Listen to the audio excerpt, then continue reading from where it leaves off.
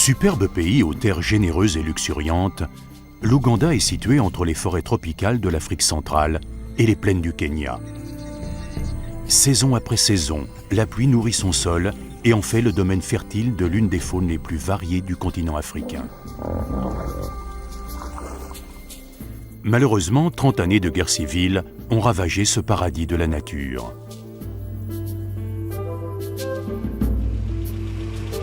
Mais depuis 10 ans, Jonathan Wright et Gladys Kalema travaillent sans relâche pour aider la nature à reprendre ses droits. Ce gracieux animal, le coq de l'Ouganda, est l'un de leurs protégés. S'il parvient à revenir en force, l'espoir renaîtra aussi pour les autres animaux.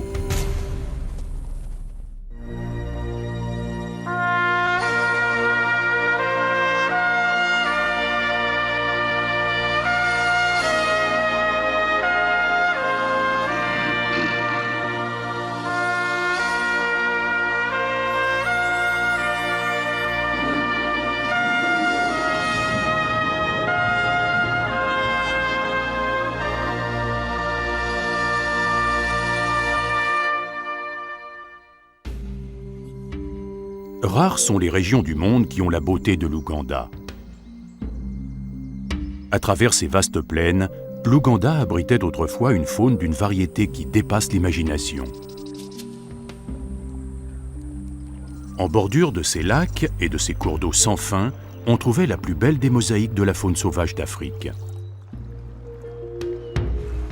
Aussi singuliers que dangereux, crocodiles et hippopotames se prélassaient dans ces eaux depuis des dizaines de milliers d'années, ne se préoccupant de rien d'autre que de vivre leur vie.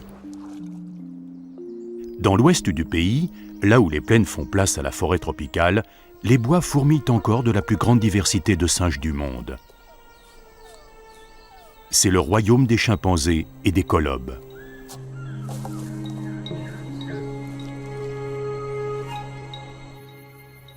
Les vastes savanes qui couvrent le pays de toutes parts étaient autrefois peuplées de troupeaux de buffles d'eau et d'antilopes qui s'étendaient à perte de vue. La famille des antilopes était représentée par les espèces les plus diverses, vivant toutes côte à côte dans une merveilleuse symphonie de la nature. Dans les airs, le ciel vibrait des battements d'ailes d'oiseaux aux 1001 couleurs. Voilà ce qu'était l'Ouganda il y a seulement 40 ans encore. Un véritable conte de fées de la nature, un éblouissement inoubliable. J'ai eu la chance de naître en Ouganda alors que mon père était officier dans l'armée britannique. J'ai commencé très tôt à m'intéresser aux animaux sauvages des parcs, mais ce n'était pas encore pour les protéger. Quand on est enfant, on ne pense pas aux questions de protection. On est simplement émerveillé par les animaux sauvages et la nature que l'on découvre. Mais ce paradis était pourtant menacé, et Jonathan Wright dut quitter cette terre qu'il adorait tant pour poursuivre ses études dans un pays plus sûr. C'est ainsi qu'il est allé à l'université au Canada où il a appris à gérer une réserve naturelle. Dans l'univers actuel de la protection de la nature, l'argent est le nerf de la guerre, et pour en obtenir, il faut savoir convaincre les financiers. Après avoir appris les ficelles du métier, Jonathan Wright commença sa carrière dans un parc de la côte est du Canada.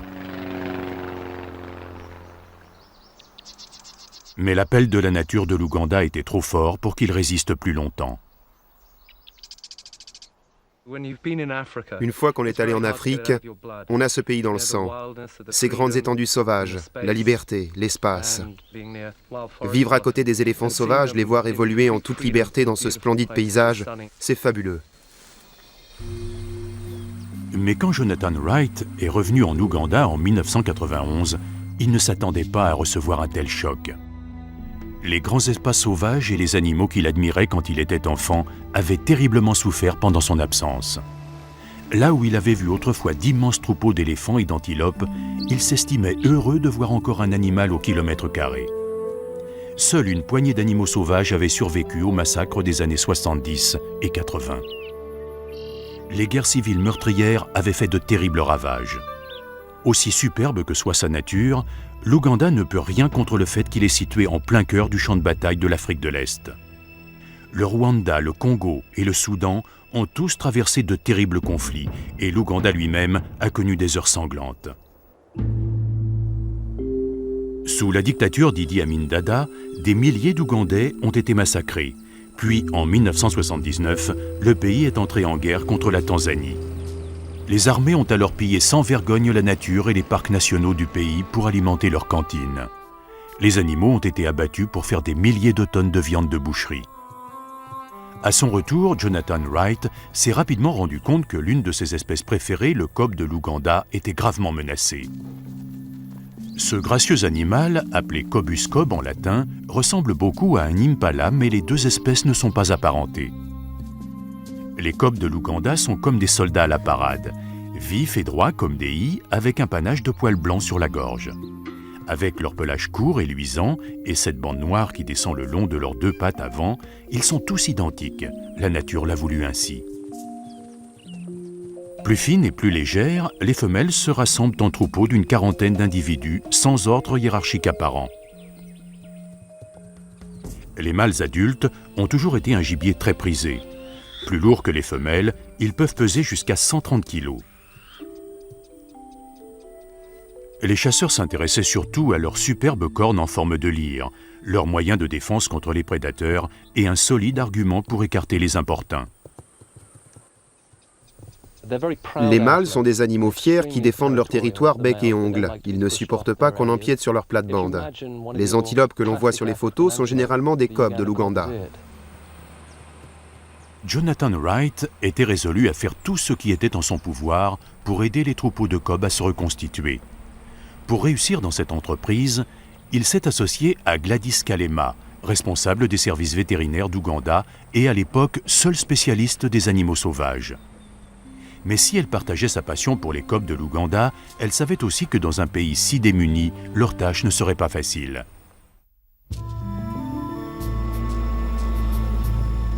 Gladys Kalema s'occupe des animaux sauvages d'Ouganda depuis plus de 10 ans. Elle est l'un des piliers de la lutte pour leur survie. En tant que vétérinaire, il est de mon devoir de veiller à ce que les animaux soient en bonne santé. Si une espèce venait à disparaître à cause d'une maladie, ce serait une tragédie. Par ses fonctions de responsable des services vétérinaires du pays, Gladys Kalema a pour principale tâche de soigner les gorilles des montagnes. L'Ouganda abrite en effet la moitié des 500 gorilles des montagnes qui vivent encore à l'état sauvage. Gladys Kalema soigne leurs moindres plaies, leurs moindres rhumes, pour que ces gorilles, qui constituent l'attraction touristique numéro 1 de l'Ouganda, restent en bonne santé. Après la chute d'Idi Amin Dada, elle a également consacré son énergie à aider les troupeaux d'éléphants sauvages à se reconstituer. Quand il était au pouvoir, Idi Amin Dada s'est octroyé le droit de chasser dans les réserves naturelles du pays. Une fois qu'un président commence à faire ça, ça crée un précédent, et le nombre d'éléphants a diminué à vue d'œil, car plus personne ne se souciait des interdictions. Les éléphants d'Ouganda ont été massacrés sans pitié sous la dictature d'Amin Dada. Victimes du trafic de l'ivoire, leur population est passée de 30 000 individus à quelques centaines seulement. Lorsqu'Amin Dada a été chassé du pouvoir, il ne restait plus un seul vieux mâle en Ouganda.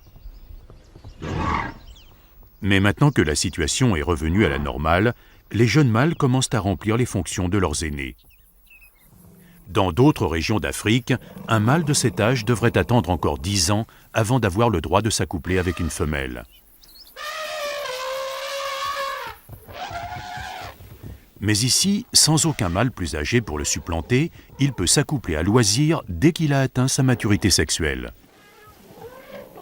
Mais l'animal qui vaut à Gladys Kalema d'être célèbre pour son action en faveur du repeuplement des réserves naturelles, c'est l'un des plus élancés et des plus fragiles de la faune de ce pays, la majestueuse girafe de l'Ouganda.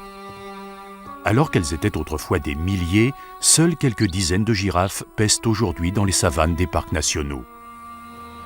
Dans un parc du nord du pays, seuls 5 mâles et une femelle ont survécu aux années de guerre.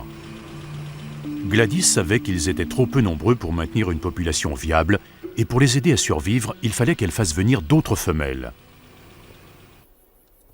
C'est ainsi qu'elle est allée au Kenya pour diriger l'un des plus spectaculaires transferts d'animaux jamais réalisés entre deux pays d'Afrique. Dans le parc du lac Nakuru, Gladys Kalema et ses collègues ont attrapé 3 jeunes femelles avant de les transporter en camion jusqu'au terrain d'atterrissage le plus proche. Malgré toute l'attention qu'on leur prêtait, les girafes n'étaient guère enchantées.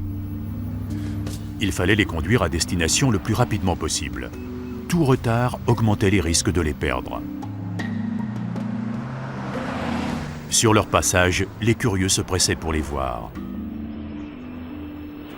Un avion militaire Hercule, le seul appareil avec des soutes assez hautes pour pouvoir transporter des girafes, les attendait sur la piste. Ce ne fut pas précisément un voyage de première classe, mais après une petite heure de vol, l'Hercule a atterri sur la piste de fortune spécialement aménagée dans le nord de l'Ouganda, et les jeunes femelles ont été rapidement débarquées et transportées en camion jusqu'au parc. À leur arrivée, elles ont été placées dans un enclos pendant 3 semaines pour se familiariser avec leur nouvel environnement avant d'être lâchées dans la nature. Les 3 jeunes femelles se sont rapidement adaptées à leur nouvelle vie en Ouganda. Malheureusement, seules 2 d'entre elles ont survécu. Peu de temps après leur arrivée, l'une des 3 a été tuée par un lion.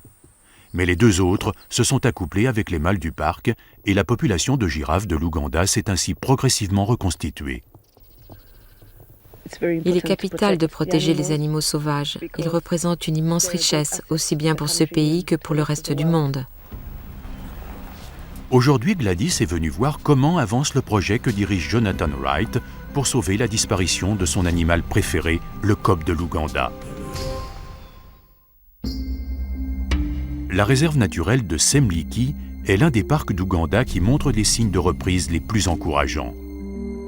Située à la frontière avec le Zaïre, en bordure de la rivière Sous-Rift, la réserve de Semliki offre un riche mélange de savane, de forêts tropicales et de marécages. C'est ici que Jonathan a pris toute la mesure des réalités de la politique africaine et du coût de la protection des animaux sauvages. Malgré tout, il est parvenu à trouver les fonds nécessaires pour construire ces pavillons destinés à accueillir les amateurs de safari photo. Parallèlement, le village est aussi le camp de base des patrouilles de surveillance que Jonathan a mis en place pour chasser les braconniers des endroits sensibles du parc. Grâce à ces patrouilles, les antilopes, les buffles et tous les autres animaux de la réserve vont retrouver un rythme de reproduction normal. Depuis que nous sommes installés ici, le nombre des animaux a multiplié par 10.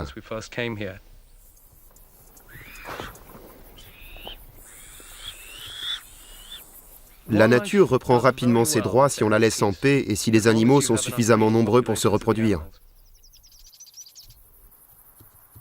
Et Jonathan Wright est très heureux de souligner que le prix du meilleur reproducteur revient à l'animal national de l'Ouganda, le cob. Le cob de l'Ouganda est une espèce propre à ce pays. Ce sont des antilopes qui ont besoin de beaucoup d'eau. À certaines périodes de l'année, ils ont une activité sexuelle plus importante qui amène les mâles à délimiter un territoire d'accouplement que l'on appelle une place de rut. Dans notre vocabulaire, une place de rut équivaut à un bar de jeunes ou à une boîte de nuit, un endroit où l'on se rencontre, où on se mesure aux autres et où, si les planètes sont favorables, on peut trouver l'âme sœur. Comme vous pouvez le voir derrière moi, les mâles sont dispersés autour de leur territoire.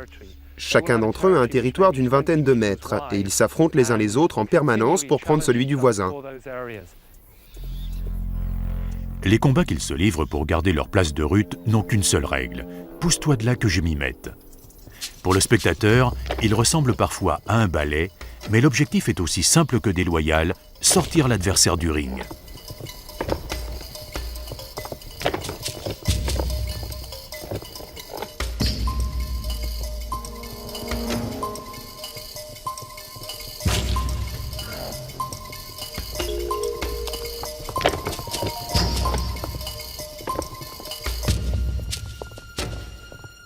Le docteur Gladys Kalema vient faire une visite à domicile très spéciale. Son emploi du temps très chargé lui a laissé peu d'occasions de venir voir les cobs depuis la fin de la guerre civile. Mais aujourd'hui, tous les regards sont braqués sur ces animaux. S'ils parviennent à revenir en nombre, il y a de fortes chances que la vie dans la savane reprenne son cours normal. C'est pourquoi Gladys est venue de Kampala pour observer cette transformation de ses propres yeux. C'est bon signe de voir qu'ils recommencent à se comporter normalement après tant de temps. Oui, c'est fantastique. Ils ont délimité leur place de rut et ils ont retrouvé un équilibre. Ils restent là toute l'année. En ce moment, ils sont manifestement très actifs. C'est bientôt la fin de la période où leur activité sexuelle est à son maximum. D'ici un mois, tout au plus, on va commencer à voir arriver plein de bébés. Oui, c'est formidable.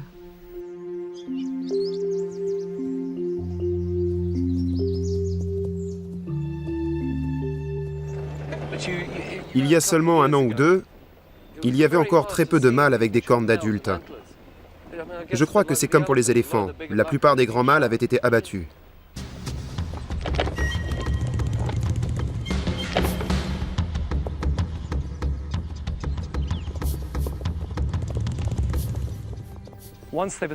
Une fois que les mâles se sont installés dans leur place de rut, les femelles ne tardent pas à venir, seules ou deux par deux, pour leur rendre visite. C'est l'endroit où se déroulent toutes les phases de l'accouplement. On dirait que les femelles se font des choses entre elles. C'est normal?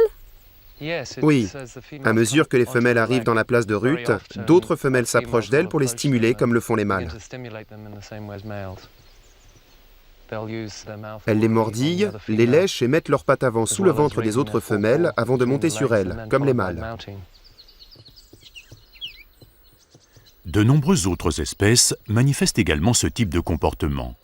Chez les kobs, on pense que de cette façon, les femelles plus âgées et plus expérimentées préparent les plus jeunes à ce qui va se passer avec les mâles qui les attendent. En accord avec la grâce de leur silhouette, la parade nuptiale des kobs s'avère d'une rare élégance. Après un coup de tête d'invitation, le mâle s'engage dans une cour romantique où il charme la femelle en poussant de doux sifflements pareils à ceux d'un oiseau.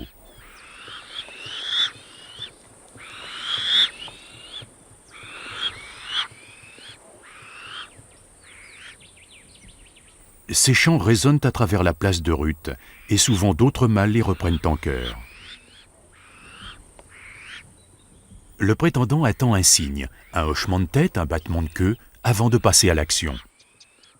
Bien entendu, en matière d'accouplement, les chances de réussite sont directement proportionnelles aux efforts fournis, et en quelques minutes, le mâle fait son maximum pour parvenir à ses fins. Mais la dynamique sociale qui est en jeu n'est pas si évidente, et ce n'est pas forcément le prétendant le plus chevronné qui a le plus de succès. Tout est une question de force. Si un jeune mâle prétend au titre de reproducteur, il doit tout d'abord prouver qu'il est à la hauteur.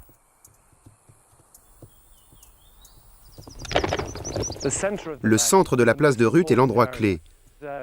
Les mâles les plus expérimentés et les plus forts se battent sans arrêt pour être dans ce périmètre. Mais ce n'est pas la fière allure de l'actuel maître de l'arène qui attire les femelles au centre de la place de rut, mais l'odeur des dépôts de testostérone laissés par ses multiples prédécesseurs. Pas de chance pour lui, ce n'est pas très loyal. Mais juste ou pas, l'accouplement est une telle nécessité que les mâles s'affrontent en permanence pour être le roi de la place de rut, et tous les coups sont permis pour remporter le droit de féconder les femelles.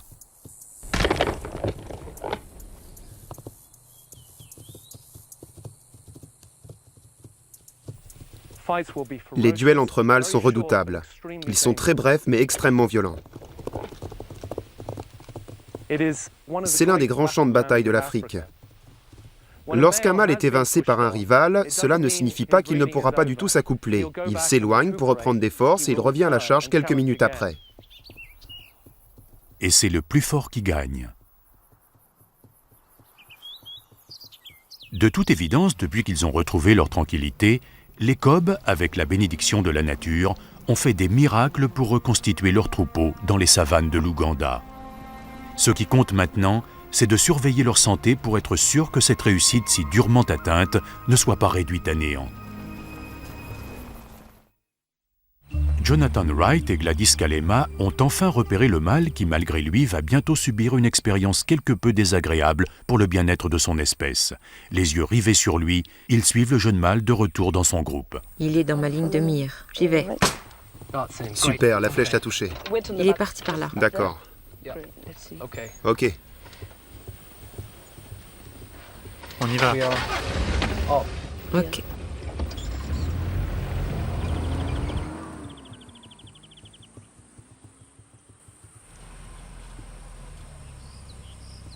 Sous l'effet du sédatif, le jeune mâle finit par tomber de sommeil.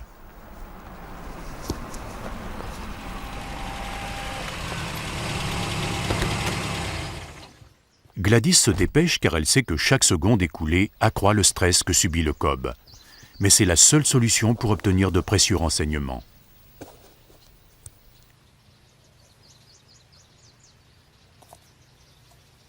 Une fois la prise de sang effectuée, elle lui injecte un produit pour annuler l'effet du sédatif.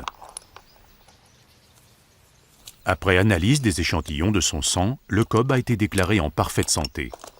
Pour le moment au moins, Gladys et Jonathan peuvent être tranquilles.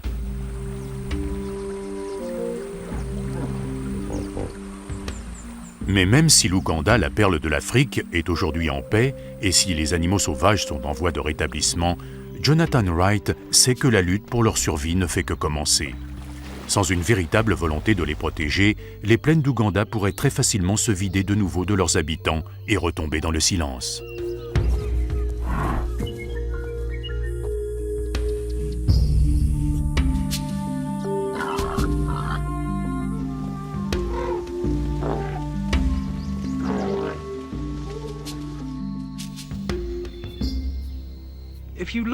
Parmi les cadeaux de Noël que l'on offre aux enfants aux États-Unis ou en Europe, il y a souvent une girafe, un singe ou un babouin en peluche, par exemple.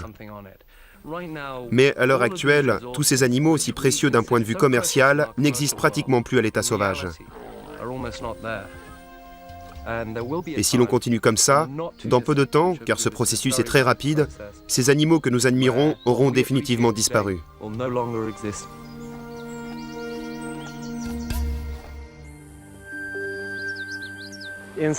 À Semliki, nous faisons tout notre possible pour éduquer les populations locales, pour leur faire comprendre à quoi sert le parc et les amener à le respecter. Quand les habitants de la région voient les pavillons, voient que l'on investit, qu'on leur donne des emplois, que les touristes viennent, ils ont une raison de protéger les animaux.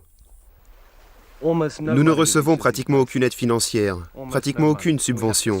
Nous devons racler les fonds de tiroir, mendier pour trouver l'argent nécessaire au fonctionnement du parc. Mais l'essentiel, c'est que nous protégeons notre avenir, ce que nous allons léguer à nos enfants, les animaux avec lesquels ils grandissent, ce qu'ils voient dans les dessins animés de Walt Disney. Les animaux sauvages sont superbes et fascinants. Mais comme Jonathan Wright le reconnaît, ces animaux sauvages ne sont pas encore tirés d'affaire. Aujourd'hui même, des conflits menacent les hommes et les animaux d'Afrique centrale.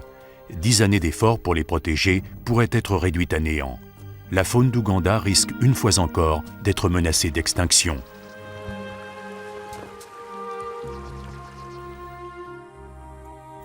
Dans les années à venir, le monde va avoir de plus en plus besoin d'hommes et de femmes qui, comme Jonathan Wright et Gladys Kalema, se dévouent corps et âme pour les animaux. Le patrimoine naturel de l'Afrique a plus besoin d'eux que jamais.